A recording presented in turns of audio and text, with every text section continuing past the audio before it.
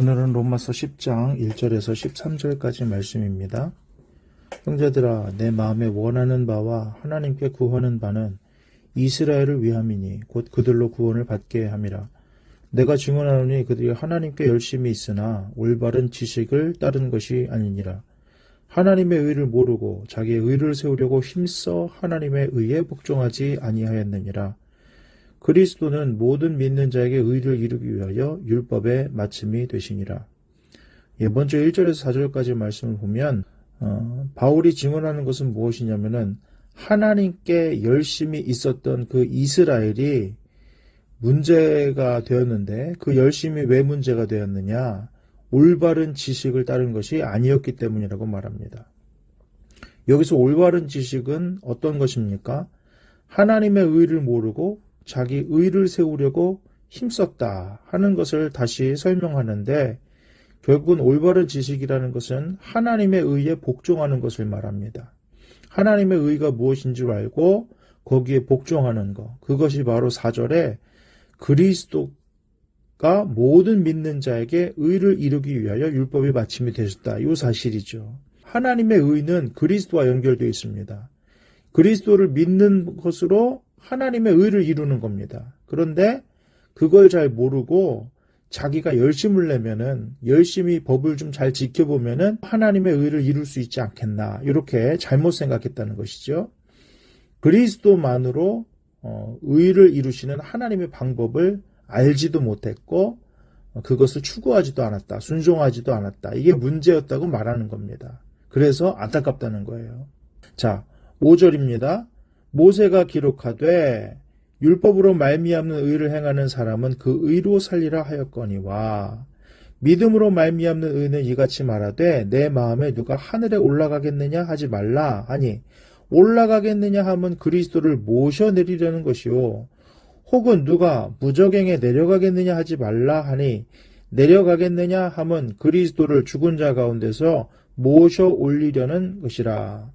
그러면 무엇을 말하느냐? 말씀이 내게 가까워 내 입에 있으며 내 마음에 있다 하였으니 곧 우리가 전파하는 믿음의 말씀이라.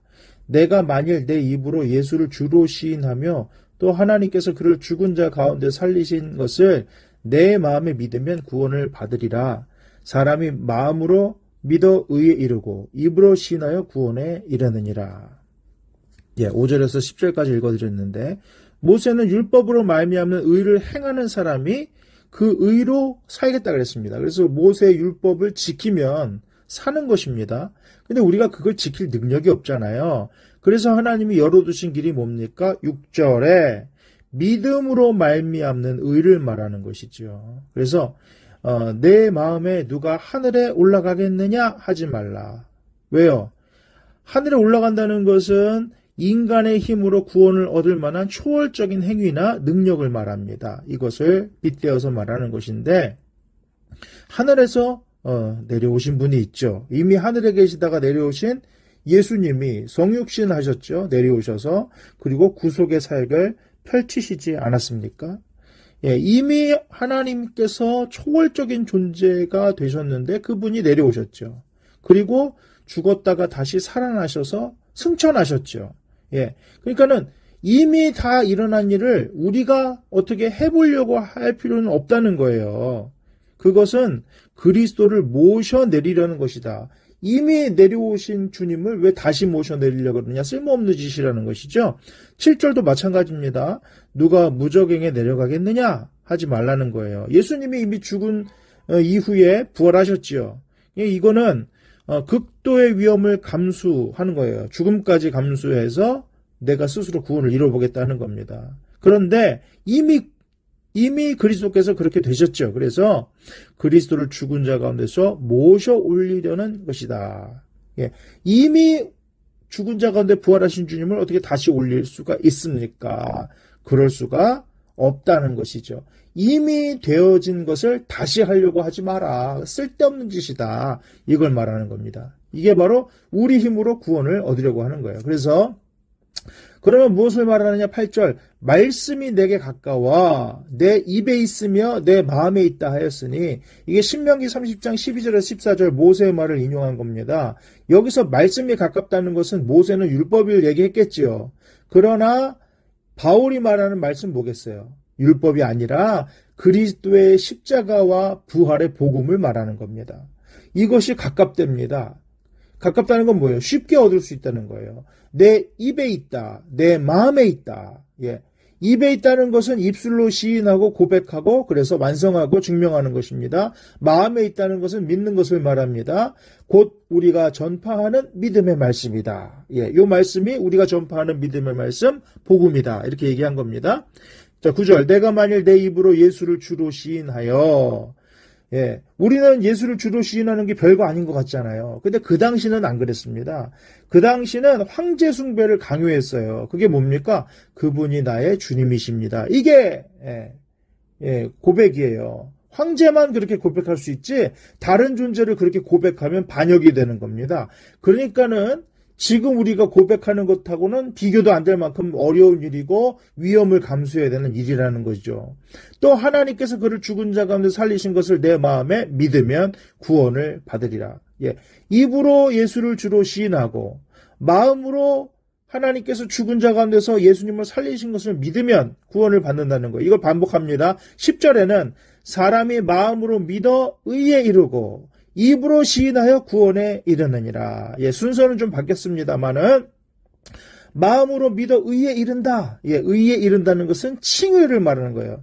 우리 그 justification이라 그러잖아요. 칭의라는 것은 하나님께 의롭다고 인정받는 겁니다.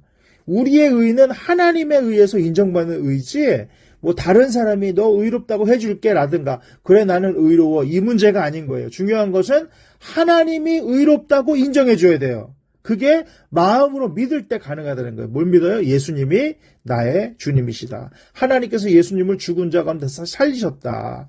그 죄를 우리의 죄를 뒤집어 쓰고 돌아가신 예수님 믿을 때 내 죄도 해결이 된다. 이거 믿으면 구원받는다는 것이죠. 다시 말하면 복음을 내면적으로 수용하는 거라는 거예요. 그리고 입으로 시인하여 구원에 이른다는 건 뭐예요? 입으로 시인했다는 것은 외면적으로 증명했다는 것입니다. 그래서 영원한 생명을 얻게 되더라. 예, 이렇게 되는 겁니다. 쓸데없는 노력하지 말고 쉽게 주신 복음 믿어라. 그것이 이제 11절하고 13절 오늘 마지막까지 연결이 되는 거예요. 성경에 이르되 누구든지 그를 믿는 자는 부끄러움을 당하지 아니하리라 하니. 예. 이사야 28장 16절 말씀을 인용한 겁니다. 예수님을 믿는 자, 거기서는 이제 이렇게 돼 있어요. 이사야서 말씀은 누구든지 그를 믿는 자는 부끄러움을 당하지 아니하리라. 예.